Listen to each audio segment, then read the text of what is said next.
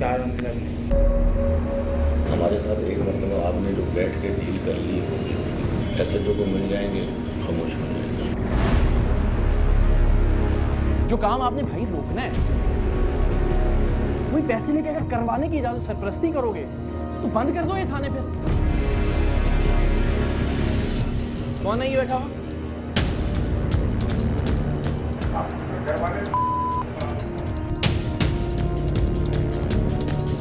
मेरे बच्चों ने यही जवान होना है। जब वो बड़ा होगा तो उसको गुटका मिलेगा यहाँ पे इर्द गिर्द आराम से, उसको मनशियात मिलेंगी इर्द गिर्द यहाँ से आराम से। ऐसे लोग जिम्मेदार नहीं होंगे उसके साथ। वो है कौन यार, क्या बात करता?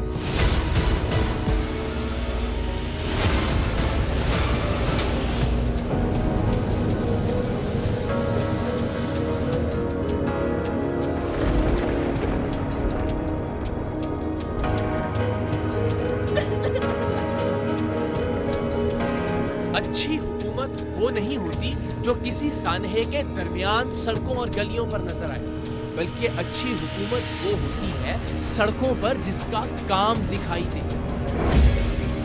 अच्छा हुक्मरान वो नहीं होता जो किसी आफत के दौरान अपने लाओ लश्कर के साथ मीडिया पर सबसे ज्यादा कवरेज हासिल करे, बल्कि अच्छा हुक्मरान वो होता है जिसने इदारों को इतना मजबूत कर दिया हो कि उसे ऐसी सूरत हाल में बाहर निकलने और प्रोटोकॉल्स के नाम पर लोगों की जिंदगी मजीद दुश्वार करने की जरूरत ही ना पड़े।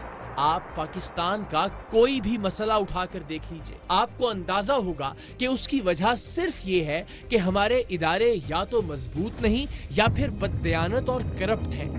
आप किसी भी इशू की जड़ को खंगाल कर देखिए, आपको पता चलेगा कि अगर मुतल्लिका इदारे या महकमा अपना काम ठीक से कर रहा होता तो ये इशू कभी सर ही ना उठाता। आप किसी नागहानी आफत के नतीजे में होने वाले नुकसान का तज्जिया कर लीजिए, आप इसी नतीजे पर पहुंचेंगे कि अगर डिपार्टमेंट्स ने अपना काम ठीक तरह से किया होता तो अवाम का जानी और माली नुकसान होने से बचाया जा सकता था। पाकिस्तान में बदकिस्मती से मसला ही ये है कि हमारे हुक्मरानों ने इदारे मजबूत करने की जानिब कभी तवज्जो दी ही नहीं। हमारी हुक्मरान अशराफिया ने कभी महकमों को ज़ाब्ते और कानून के मुताबिक चलाने की कोशिश ही नहीं की। हमारी हाकिम एलीट ने कभी निज़ाम को अपने पैरों पर खड़ा ही नहीं होने दिया। इसलिए कि अगर इदारे और महकमे मजबूत हो गए, अगर निज़ाम सरकार से करप्शन का खात्मा हो गया तो हुक्मरान तबके के लिए भी अय्याशी और बदउनवानी के दरवाजे बंद हो जाएंगे। हर चीज अगर ज़ाब्ता कार के मुताबिक होने लगी तो हाकिम वक्त की शहनशाहियत और गुज़रा की बादशाहत का तो खात्मा हो जाएगा। हर अफसर अगर अपने अपने मुजव्वज़ा तरीक़ा कार के मुताबिक काम करने लगा तो इस मुल्क के ज़िल्ले सुबहानी, आलम पनाह और शहनशाह मौज़म बैक जुम्बश अबू अपने जायज़ और नाजायज़ अहकामात की तामील किससे करवाएंगे? यही वजह है कि इस मुल्क में जानबूझकर किसी इदारे, किसी महकमे, किसी ज़ाब्ता कार को मजबूत करने और करप्शन से पाक करने की कोशिश ही नहीं की गई। पुलिस का महकमा इसलिए सरे फहरिस्त है कि इस मुल्क की मकामी सियासत थाने कचहरी के गिर्द घूमती है। थाने और थानेदार का करप्ट होना सियासतदान को सूट करता है। पुलिस के निजाम में सकूम और बददयानतियां अवाम को हाँकने वाले हुक्मरानों के लिए किसी नेमत से कम नहीं है। यही वजह है कि कोई भी हुकूमत हो, किसी ने भी पुलिस समेत किसी भी इदारे को मजबूत, शफाफ और सियासी असर और रसूख से पाक करने की कोशिश नहीं की, क्योंकि जिस दिन पुलिस का महकमा अपने पैरों पर खड़ा हो गया, जिस दिन इस इदारे को करप्शन से पाक कर दिया गया, जिस दिन इससे वाबस्ता अहलकार और अफसरान कानून और ज़ाब्ते के तहत काम करने लगे, उस दिन इन सियासतदानों और हुक्मरानों के गलत काम कौन करेगा? उस दिन हुक्मरानों की लाकानूनियत का दिफा कौन करेगा? यही वजह है कि पुलिस का महकमा हर गुजरते दिन के साथ कानूनी, अखलाकी और जहनी ज़बू हाली का शिकार हो रहा है। और यही वजह है कि हमें हर आए दिन पुलिस की करप्शन और बददयानती पर कोई ना कोई प्रोग्राम करना पड़ता है। हैदराबाद में टीम सरेआम पर मकामी पुलिस अफसरान के तशद्दुद के बाद हमने पुलिस करप्शन के मुख्तलिफ पहलुओं पर प्रोग्राम्स की जो सीरीज करने का वादा किया था, उसका आज दूसरा प्रोग्राम आप मुलाहिजा कर रहे हैं। आज के प्रोग्राम में हम आपको बल्दिया टाउन के थाना सईदाबाद और एंटी एनक्रोचमेंट पुलिस के थाने में होने वाली करप्शन दिखाएंगे, हमेशा की तरह मुकम्मल सबूतों के साथ। बल्दिया टाउन के सईदाबाद पुलिस स्टेशन का तफ्तीशी अफसर हो या फिर एंटी एनक्रोचमेंट पुलिस के अहलकार, ये सब रिश्वतखोरी करके वो काम करवा रहे थे जिस काम को रोकने की इन्हें तनख्वाह मिलती है। बल्दिया टाउन में तफ्तीशी अफसर पैसे लेकर एक ऐसे शख्स की जमानत करवा रहा था जिसे पुलिस ने गुटखा बेचने और बनाने के इल्जाम में गिरफ्तार किया था। ये गिरफ्तारी भी झूठी थी, बिल्कुल वैसे ही जैसे हमने आपको इस सीरीज के पिछले प्रोग्राम में दिखाया था। इन दिनों कराची के कुछ थानों में ये वतीरा बना लिया गया है कि पहले झूठे मुकदमे में शरीफ शख्स को गिरफ्तार करो और फिर रिश्वत लेकर खुद ही उसकी जमानत करवा दो या मुकदमा खत्म करवा दो। और इस केस में भी ऐसा ही हुआ था।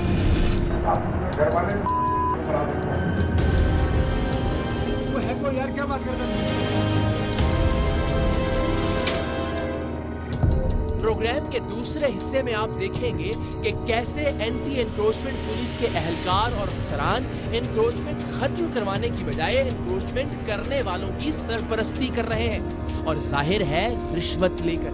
खुद ही सोचिए उस मुल्क का क्या होगा जहां जुर्म को रोकने वाला इदारा पैसे लेकर वो जुर्म खुद करवाए, जहां तजावुजात के खात्मे के लिए कायम डिपार्टमेंट रिश्वत लेकर तजावुजात करवाने वालों का सरपरस्त बन जाए, वहां किस खैर की तवक्को की जा सकती है। टीम सरेआम इदारों और माफियाज के इसी गठजोड़ को बेनकाब करने की मुसलसल जिद्दोजहद कर रही है, और आज का प्रोग्राम भी इसी सिलसिले की एक कड़ी है। कराची की बल्दिया टाउन पुलिस ने एक ऐसे शख्स को गुटखा बनाने वाली फैक्ट्री का मालिक जाहिर करके गिरफ्तार किया जो अस्पताल में नर्सिंग स्टाफ का हेड था। सिर्फ यही नहीं, उसके एक कम उम्र माजूर भाई को भी चालान में मुल्जिम बनाकर पेश किया गया।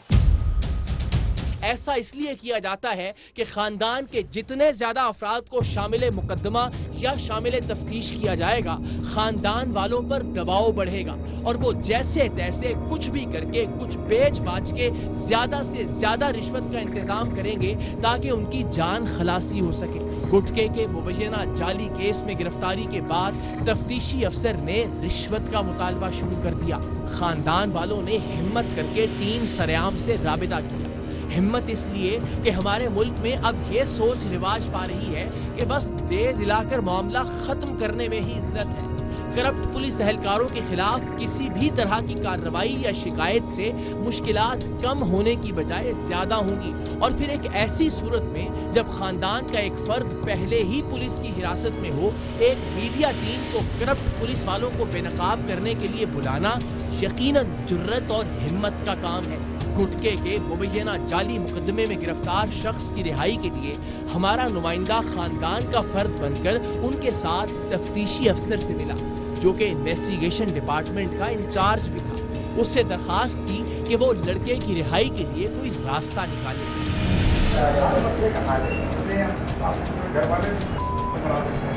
ज्यादा मोहब्बत लेकिन थोड़ी बहुत तो करें, हम भी आगे काम की अभी काम भी हालात आपके अभी जो कंडीशन है ना 1000-500 रुपये बंदा कर लेना।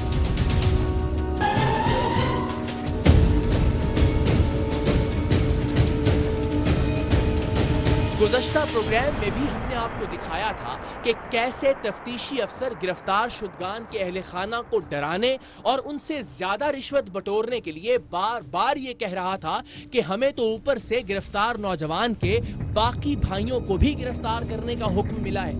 इसी तरह सईदाबाद पुलिस स्टेशन के इन्वेस्टिगेशन डिपार्टमेंट का ये इंचार्ज भी धमकी दे रहा था कि मैं सारे घर वालों को उठाकर ला सकता हूँ।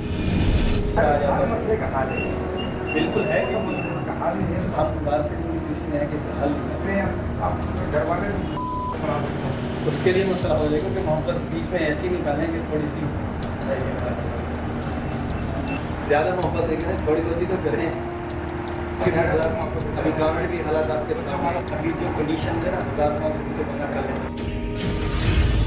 बहरहाल इससे ये तय पाया कि ये 50,000 रिश्वत लेगा और गिरफ्तार लड़के की जमानत करवा देगा और उसके बाद इस मुकदमे को भी जाली करार देकर खत्म करवा देगा। इस काम के एवज तय होने वाले पैसों में से इसे 5,000 रुपए बतौर एडवांस दिए गए, जिसे इसने इशारे से अपने करीब बैठे अपने फ्रंट मैन को देने का हुक्म दिया।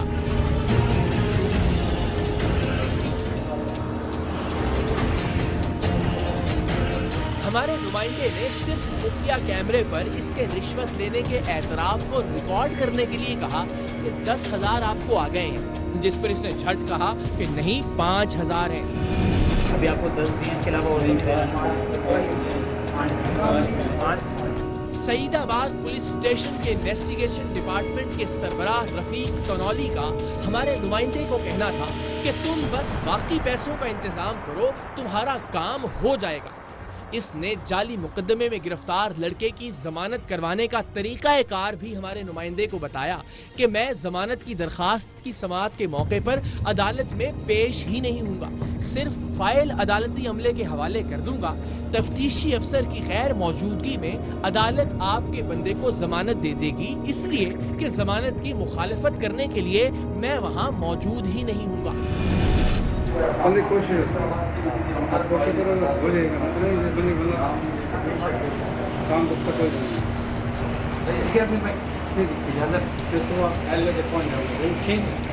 आगे पीछे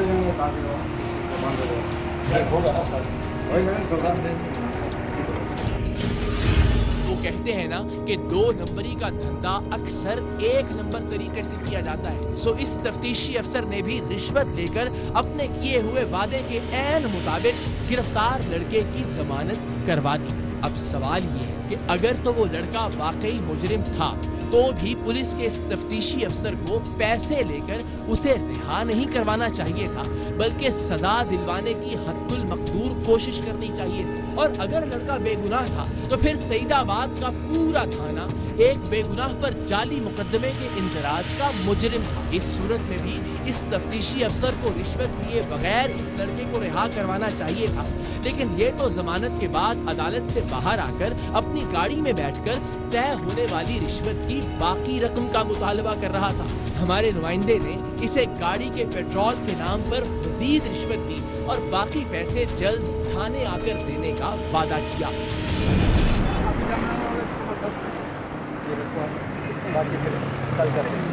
ये सिर्फ खर्चे आने जाने का ये थोड़ा मोटा होगा, बाकी जो है वो इंशाल्लाह फिर आपसे कल जो भी है।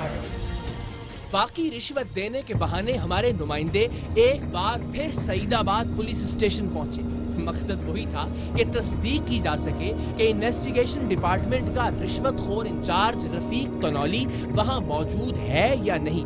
और जैसे ही हमें उसकी मौजूदगी की कंफर्मेशन मिले, हम कैमरों के साथ थाने में दाखिल हो जाएं।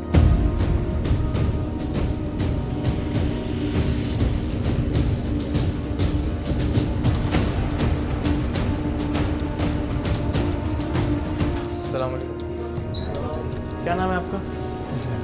आपका नाम क्या है हुजूर? रफीक नाम है, मोहम्मद रफीक। क्या है आप यहाँ पे? सब इंस्पेक्टर तफ्तीश में। तफ्तीश में आप? हमने सलाम करके इस करप्ट पुलिस अफसर का नाम पूछा। हमें शुरू ही में अंदाजा हो गया था कि ये साहिब मिजाजन जरा टेढ़े हैं, गुज़श्ता प्रोग्राम वाले तफ्तीशी अफसर से बिल्कुल उलट। वो साहिब बिल्कुल धीमे मिजाज के थे, लेकिन ऐसे ढीठ कि अपने सामने चलने वाली अपनी ही रिश्वतखोरी की वीडियो को उन्होंने आखिर तक तस्लीम नहीं किया था।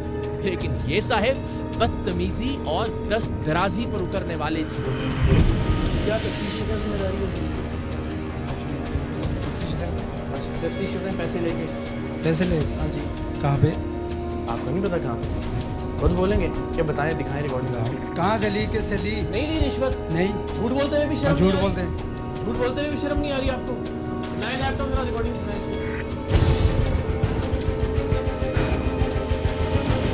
मीडिया टीम का सुनकर सईदाबाद थाने के SHO भी आ गए। उनकी मौजूदगी में इन्वेस्टिगेशन डिपार्टमेंट का हेड रफीक तनौली और ज्यादा बदतमीजी पर उतर आया। जी जी, पैसे लेके बंदे को छुड़वाया इसने गुटखे की फैक्ट्री वाले। कहाँ पे? तू है कोई यार, क्या बात करता है तू? तनख्वाह मिलती है?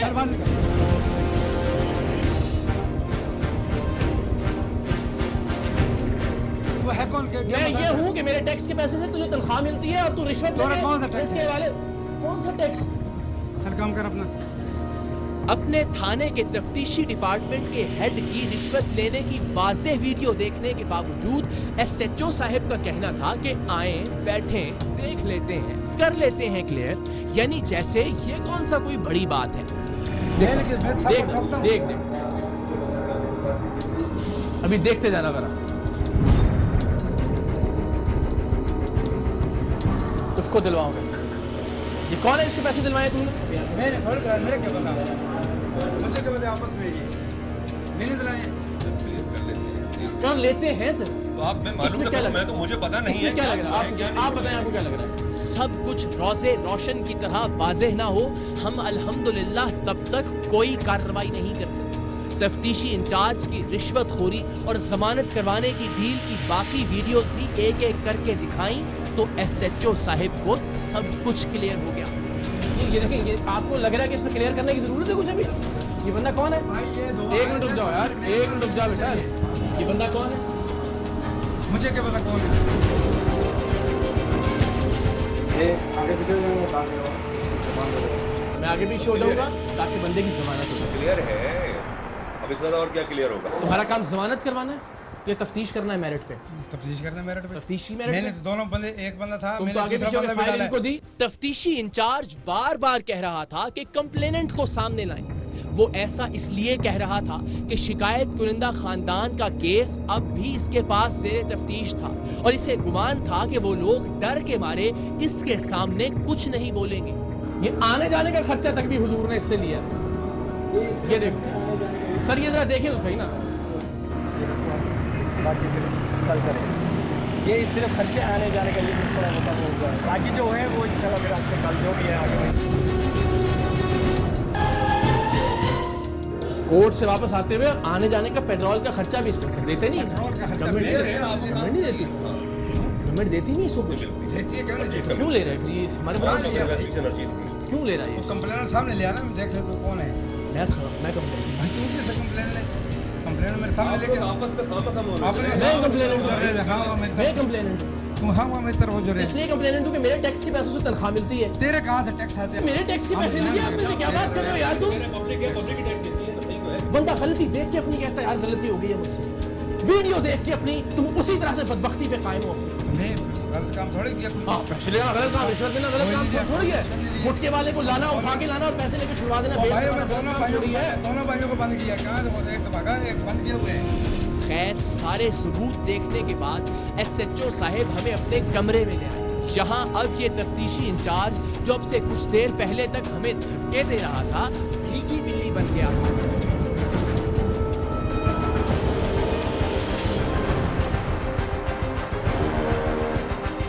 सर देखें, बिल्कुल ऑनेस्टली मेरे पास आपके खिलाफ कोई सबूत नहीं है। मैंने एक बार भी नहीं कहा कि सर आपका थाना है, आप भी इन्वॉल्व है। कोई ऐसी बात की मैंने नहीं नॉर्मली, वरना तासुर आम आदमी का ये है कि यार हो ही नहीं सकता कि एसएचओ की मर्जी के बगैर नीचे वाले लोग पैसे लेते हैं।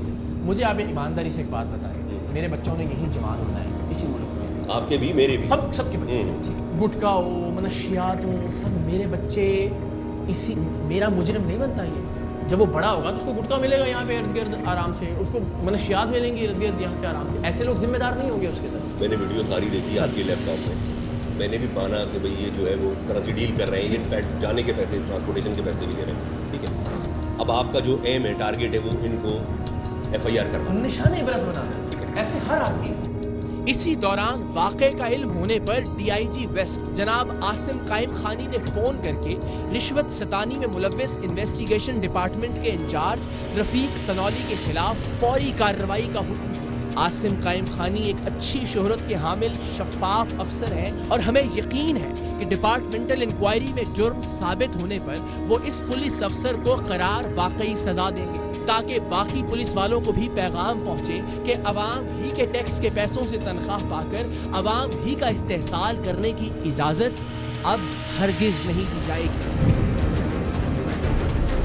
अब आइए आपको दिखाते हैं कि कैसे तजावुज़ात के खात्मे के लिए कायम एंटी एनक्रोचमेंट पुलिस का महकमा खुद ही रिश्वत लेकर तजावुज़ात करवाता है। शाह फैसल टाउन में एक घर की तामीर के दौरान एंटी एनक्रोचमेंट पुलिस के कुछ अहलकारों ने भत्ता मांगा तो मालिकान ने टीम सरेआम को आगाह किया। हमने इसका हल ये निकाला कि इन अहलकारों से डील की जाए कि हम इस घर को कानून के बरखिलाफ 4 मंजिलों का तामीर करना चाहते हैं।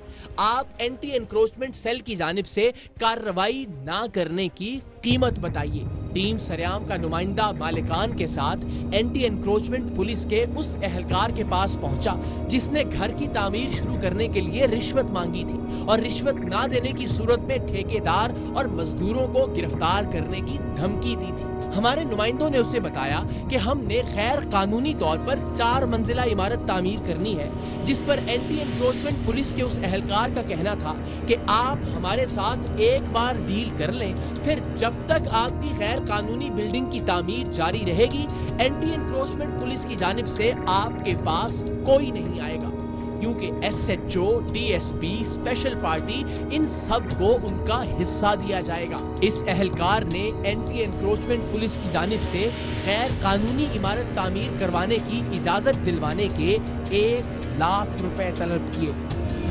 कितने फ्लोर बने? अभी तो शुरू बाउंड्री रखी कि अगर हम लोग बना रहे तो हमारे से क्या रिक्वायरमेंट है इनकी। कितना ऊपर जाओ? हम लोग 4 मंजिला बने। आपके डिपार्टमेंट से ना है ना कोई? नहीं, मेरे डिपार्टमेंट से, मैं यही तो बोल रहा हूँ ना, मेरे डिपार्टमेंट से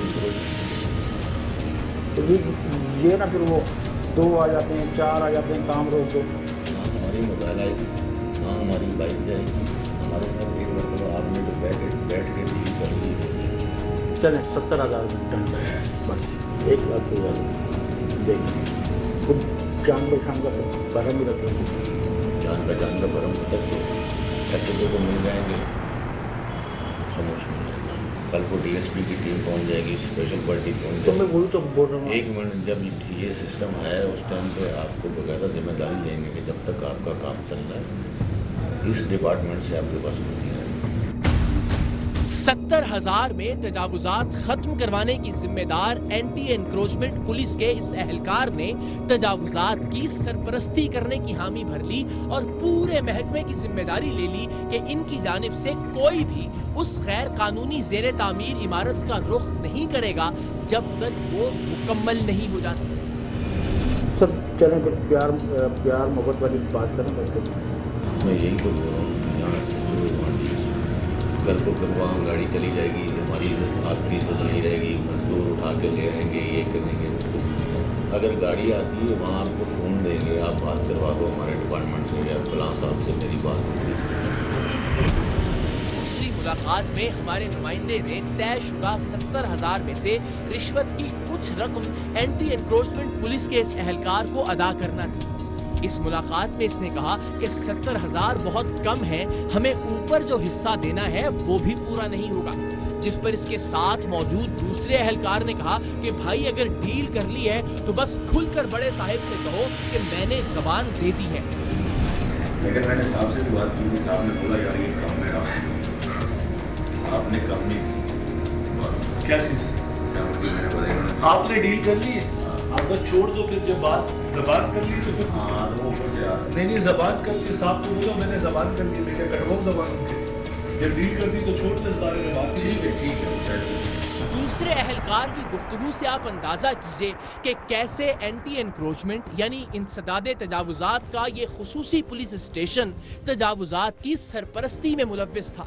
बहरहाल हमारे नुमाइंदे ने रिश्वत की तयशुदा रकम में से बहाना करके सिर्फ 20,000 अदा किए और बाकी अगले रोज अदा करने का वादा किया। नवाज भाई कुछ है अभी, कुछ मैं कल जैसे हुक्म कर कल हो जाएगा। अभी मैं दे रहा हूँ 20,000 दे रहा हूँ, कल कोशिश है कि मैं पूरे कर दूँ। 20,000 जैसे बने खर्चा पड़ा है 2, 3, 4, 5, 19, 20 किन ले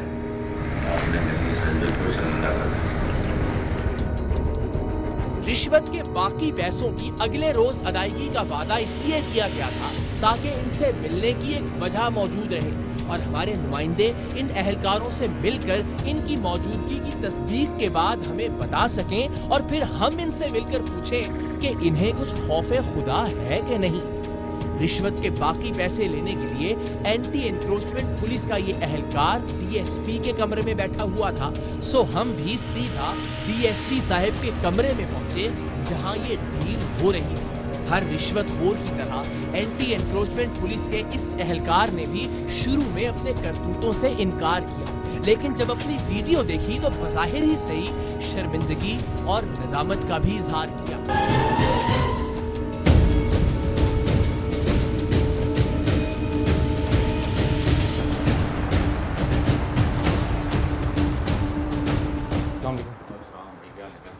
क्या नाम है आपका? मेरा नाम नवाज है। और क्या होते हैं आप यहाँ? मैं कुछ भी नहीं हूँ। क्या है यहाँ पे? कुछ भी नहीं। यहाँ क्यों बैठे हैं? मैं वैसे बैठा हूँ। वैसे क्यों बैठे हैं? कोई वजह होती है ना? सिपाही हूँ, क्यों खैरियत? सिपाही हैं? जी। पैसे क्यों मांग रहे हैं इनसे? मैंने किससे मांगे? किसी से नहीं मैंने मांगे। बात करें इनसे। किधर है एसएचओ और डीएसपी? पेपर की बात करें इनसे। डीएसपी और एसएचओ किधर है? भाई इनसे पेपर मांगे। जो मैं कौन से पेपर मांगे तुमने? जगह के डॉक्यूमेंट मांगे। अच्छा, आपने क्यों मांगे? आप कौन है? जगह के डॉक्यूमेंट मांगे। आप कौन है? दिखाओ जरा इसकी रिकॉर्डिंग इसको। नवाज भाई 50-30 पड़े आपको 20,000 जैसे बने यार। खर्चा पड़ा है 2, 3, 4, 5, 18, 19, 20 किन ले किससे लिए भाई? मैंने किससे लिए? किससे पैसे लिए? झूठ बोलते हुए शर्म नहीं अरे आ मेरे रही भाई तुम्हें मैंने यार? किससे पैसे लिए? मेरे खैरत नाम की चीज है तुम में? भाई किससे पैसे सारी लिए? दुनिया तुम्हारी ये रिकॉर्डिंग देखेगी जिसमें तुम पैसे भी ले रहे हो, जिसमें तुम डील भी कर रहे हो। सारी रिकॉर्डिंग किससे पैसे लिए? भाई किधर गया? किससे लिए? साजिद भाई वो हमारा रिपोर्टर था, हमारा नुमाइंदा था जिसे खुफिया कैमरा लगा हुआ था। थोड़ी गैरत खाओ झूठ बोलते हुए। वो पूरी दुनिया तुम्हें देख रही है इस वक्त। यार फिर वही बात है, एक मिनट ऐसे। और जो तुम्हारा काम है इंक्रोचमेंट को खत्म करना, वही तुम करवाने की इजाजत दे रहे हो पैसे लेके। कोई गैरत नाम की चीज है तुम लोगों में यार?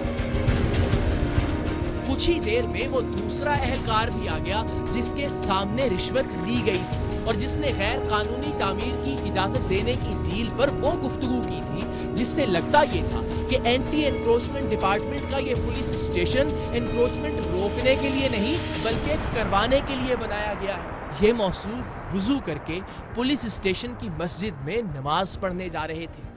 परवरदिगार इनकी इबादत को कबूल करे, लेकिन मुझे ये सोचकर हैरत होती है कि कोई शख्स अपने फर्ज से गद्दारी करके रिश्वत लेकर या रिश्वतखोरी की डील अपने सामने करवाने के बाद किस मुंह से अल्लाह की बारगाह में जाता होगा। खैर, इस एहलकार ने बराह रास्त रिश्वत नहीं ली थी और न ही ये ठटाई और झूठ से काम ले रहा था।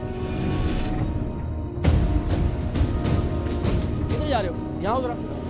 डीलें करवाते हो, तुम्हें शर्म आती है थोड़ी सी? आओ जरा। नाम क्या है तुम्हारा? मेरा नाम अबूजर। और क्या हो? सिपाही हो तुम? दिखाओ यार इन दोनों की रिकॉर्डिंग। अबूजर बेटा इधर आओ। मेरे चांद तुम ही तो थे। आपने डील कर ली है, आपने छोड़ दो। फिर जब बात जबान कर ली तो फिर नहीं जबान कर ली। साहब को बोला मैंने जबान कर ली, मैं क्या कटवाऊं जबान? नंबर आ गया आपके पास। अगर हो जाए मुखालते में कोई उठा लेता है तो मैं इसलिए क्या, कोई आएगा नहीं, इससे कोई नहीं आता हमारे इलाके। कौन है ये बैठा? रूम में साइड बैठते रहते हैं। अबूजर की गुफ्तगू सारी दुनिया के सामने चलेगी। घर वाले भी लानते भेजेंगे और सारी दुनिया लानते भेजेगी कि जिस काम के लिए आप लोगों को भेजा था, जिस काम के लिए हमारे टैक्सों में से आपको तनख्वाह मिलती है, वो काम आप रिश्वत लेके करवाने की इजाजत दे रहे हैं। भाई आप मेरी एक अर्ज सुन ले, इसके बाद आप मुझे सच बोलेंगे तो मैं सुनने के लिए तैयार हूँ। बिल्कुल ईमानदारी से। हाँ, मैं भी वजू में ही हूँ, नमाज की तैयारी कर रहा था। मैं इन भाइयों को जानता ही हूँ, ये भाई के पास आए थे, भाई से बातचीत। आपने कहा ना कि बस जब डील कर ली आपने तो बस ठीक है, जबान हो गई। आपके सामने ही बात हुई ना, अब हमारी गाड़ी नहीं जाएगी, अब हमारा बंदा नहीं जाएगा, ये बात हुई? यार भाई मुझे तो पता ही नहीं कहाँ से बात हुई नहीं हुई। नमाज पढ़ के आ रहे हैं अगर आप तो यार फिर तो नमाज। यार भाई मुझे तो इल्म ही नहीं। आपके सामने डील तो हो रही है ना यार। मैं क्या करूँ, मैं सिपाही आदमी, मेरा इसमें क्या कसूर है? किसके लिए काम करते हैं? किसके लिए नहीं? तुमने इसमें नहीं बोला एसएचओ को भी देंगे पैसे, डीएसपी को भी देंगे? डॉक्यूमेंट आपके सामने इसने नहीं बोला कि एसएचओ साहब को भी जाएंगे पैसे? साहब को बता दिया आपने कहा अब ठीक है, तुमने कह दो साहब को कि जी मैंने जबान दे दी है, क्या जबान कटवा लूं? आपको खुदा के बंदो ये इस महकमे को क्यों कायम किया गया?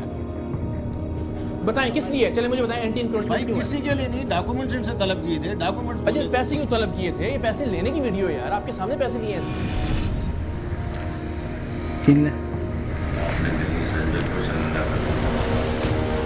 इस काम के लिए रखा हुआ है ऊपर से नीचे तक सब लोगों को। जो काम आपने भाई रोकना है, कोई पैसे लेके अगर करवाने की इजाजत सरपरस्ती करोगे तो बंद कर दो ये थाने पे। और शर्म कर लो थोड़ी सी यार, खैरत उठा लो कि मुझे गलती हुई है मुझसे, चले हकीकत बताओ कि भी ऊपर तक लेते हैं पैसे, मेरी तो तनख्वाह है जो मेरे पास आती है। तुम किस तरह गारंटी दे सकते हो कि कोई मोबाइल नहीं जाएगी, कोई पुलिस वाला नहीं जाएगा, कोई मोटरसाइकिल नहीं जाएगी वहाँ पे आपकी साइड पे, एक बार डील कर ले तो। ये जो आज 50 लेने के लिए बुलाया था, ये भी सारे खुद रखने में बुलाया किस लिए था? तुम्हारी सारी फोन की हर चीज़ की रिकॉर्डिंग है यार, खुदा का आदमी बहुत कुछ हो, बेशर्म ना हो। बच्चे हैं, वो ये देखेंगे क्या, तो फख्र करेंगे तुम पे? नहीं, शर्मिंदगी की बात है भैया, सच है जो भी है, झूठ है, शर्मिंदगी झूठ है, बोल तो झूठ है, बोल तो अजान हो रही थी, कह दो अल्लाह को हसन जान के झूठा, हमने ड्रामा किया है। शर्मिंदगी की बात है। कुछ ही देर में SHO फैजान शेख भी एंटी एनक्रोचमेंट पुलिस स्टेशन पहुंच गए। इस कार्रवाई से पहले हमने अपने तौर पर जो तहकीक की थी उसके मुताबिक ये SHO निस्बतन ईमानदार और नेक शोहरत के अफसर थे। इनसे मिलकर भी इनके बारे में पहले से मौजूद हमारी मालूमात को मजीद तकवीयत मिली। अगर एक आदमी थाने के अंदर बैठ के ही, हम तो तजावुजात के खिलाफ, अगर वो अपनी हुदूद से तजावुज कर रहा है तो ये कैसे, कौन पकड़ेगा इसको? हमारा तो काम ही नहीं है ना, ये तो उसूलन एक जो हायरार्की बनी हुई है हर डिपार्टमेंट की, उसको एक तो नज़र रखनी चाहिए। हमारा मेरे पास जब तक एविडेंस नहीं है मैं इल्ज़ाम लगा नहीं सकता कि मैं कहूँ कि जी आप भी इसमें हिस्सेदार हैं, DSP साहब भी हिस्सेदार हैं, डायरेक्टर साहब भी पैसे लेते हैं। मगर एक बंदा कह रहा है और वो इतने धड़ल्ले से कह रहा है कि जी हमारे डिपार्टमेंट की मोबाइल नहीं जाएगी, हमारे डिपार्टमेंट की, जिस तरह वो डिपार्टमेंट का बाप है, ऐसे कह रहे हैं। इधर से कोई बंदा नहीं जाएगा, मेरी जिम्मेदारी है। प्लीज अगर ये बात कर रहा है, ठीक है, ऑब्वियसली अपने पैसों के लिए वो कहीं कुछ भी कह सकता है, एग्जैजरेट नहीं कर रहा होगा। नहीं, अगर मैं इसको भी देख लूंगा, मैं इसको भी जानता हूँ, एक्स्ट्रा हर कोई बोलता है। आम तासुर तो यही जाएगा ना कि बेचारा रेडी वाला, ठेले वाला जो गरीब नहीं पैसे दे सकता उसके खिलाफ, और ये जो पैसे दे देता है उसको गारंटी दे रहा है आपका बंदा आपके डिप्टी डायरेक्टर के कमरे में बैठ के कि जनाब मैं हमारे डिपार्टमेंट से कोई बंदा नहीं जाएगा, ये मेरी ज़बान है। वैसे तो मैं आपको वैसे ही बहुत बड़ा फ्रेंड हूँ, मैं आपको फेसबुक पे भी करता रहता हूँ। आप मुझे ये पता है कि आप जिस इधर आए हैं तो किसी फैक्ट्स के बुनियाद पर आए, फैक्ट्स के साथ और तकलीफ के साथ, ठीक है। मुझे ये लग रहा है कि यार जो भी डिपार्टमेंट जब भी हम पकड़ते हैं, जो जिसका काम करप्शन रोकना है वो करप्शन कर रहा है, जिसका काम इंक्रोचमेंट रोकना है उसके एहलकार कह रहे हैं जी आप कर लें, जिसका ये किस तरह चलेगा ऐसे? मैं अपनी तो मेरा अल्लाह जानता है और मैं अपनी एक गारंटी ले सकता हूँ। एंटी इंक्रोचमेंट एक पुलिस स्टेशन बना हुआ है, 10 एप्लीकेशन SSP के पास जाती हैं, डायरेक्टर के पास जाती हैं, तारिक जहर साहब उसके ऊपर देखते हैं कि यार किसी very nice officer, he is a very nice officer, वो उसके ऊपर मुझे मार्क करते हैं, फैजान आप जो है इसको देख लो, ठीक है ना, उसको या कर लो। अब ये कंप्लेन पे गया है, किसी ने उसको बोल दिया है यार इधर ये प्रोजेक्ट बन रहा है, खांचा मिल सकता है, ये पैसे दे देता है, या क्योंकि इनके भी सिपाही आदमी 10 लोग हमारे पास भी आते हैं तो वी रिफ्यूज ऑलवेज, क्योंकि हमारे इख्तियारात जो हैं वो जिस तरह हैं, हम FIR काटते हैं वो SC और मुख्तियार कार की मुद्दियत में काटते हैं। एंटी एनक्रोचमेंट पुलिस डिपार्टमेंट के डायरेक्टर SSP तारिक धारेजो, जो पुलिस अफसरान में मुस्तैद और बावकार पुलिस अफसर के तौर पर जाने जाते हैं, वो हमारी कार्रवाई के पहले लम्हे से आखिर तक टीम सरेआम से राबते में रहे और उसी लम्हे दोनों अहलकारों को मुअत्तल करके सख्त कार्रवाई का हुक्म दिया। जैसा कि हम हमेशा कहते हैं कि हर इदारे या हर महकमे में सब के सब लोग बुरे नहीं होते, ये अच्छे लोगों का ही सदका है कि वतन अजीज किसी ना किसी तौर आगे बढ़ता जा रहा है। लेकिन ऐसा ज्यादा देर नहीं चलेगा। अगर इदारा जाती इनकलाब न लाया गया, अगर महकमों और इदारों को शफाफ और ज़ाबिते के मुताबिक न बनाया गया, हालिया बारिशों में होने वाली तबाही की मिसाल ही ले लीजिए। पिछली कुछ दिहाइयों में अगर इंसदादे तजावुजात का ये महकमा अपना काम ठीक तरह से कर रहा होता तो आज इस शहर की हालत ये ना होती। टीम सरेआम अफराद और इदारों की समत दुरुस्त करने की कोशिश कर रही है। हम फिर कहते हैं कि तब्दीली ऊपर की सतह से नहीं आएगी। इस मुल्क में इनकलाब तब आएगा जब इस मुल्क का आम आदमी बदलेगा और इंशाअल्लाह वो दिन बहुत जल्द आएगा।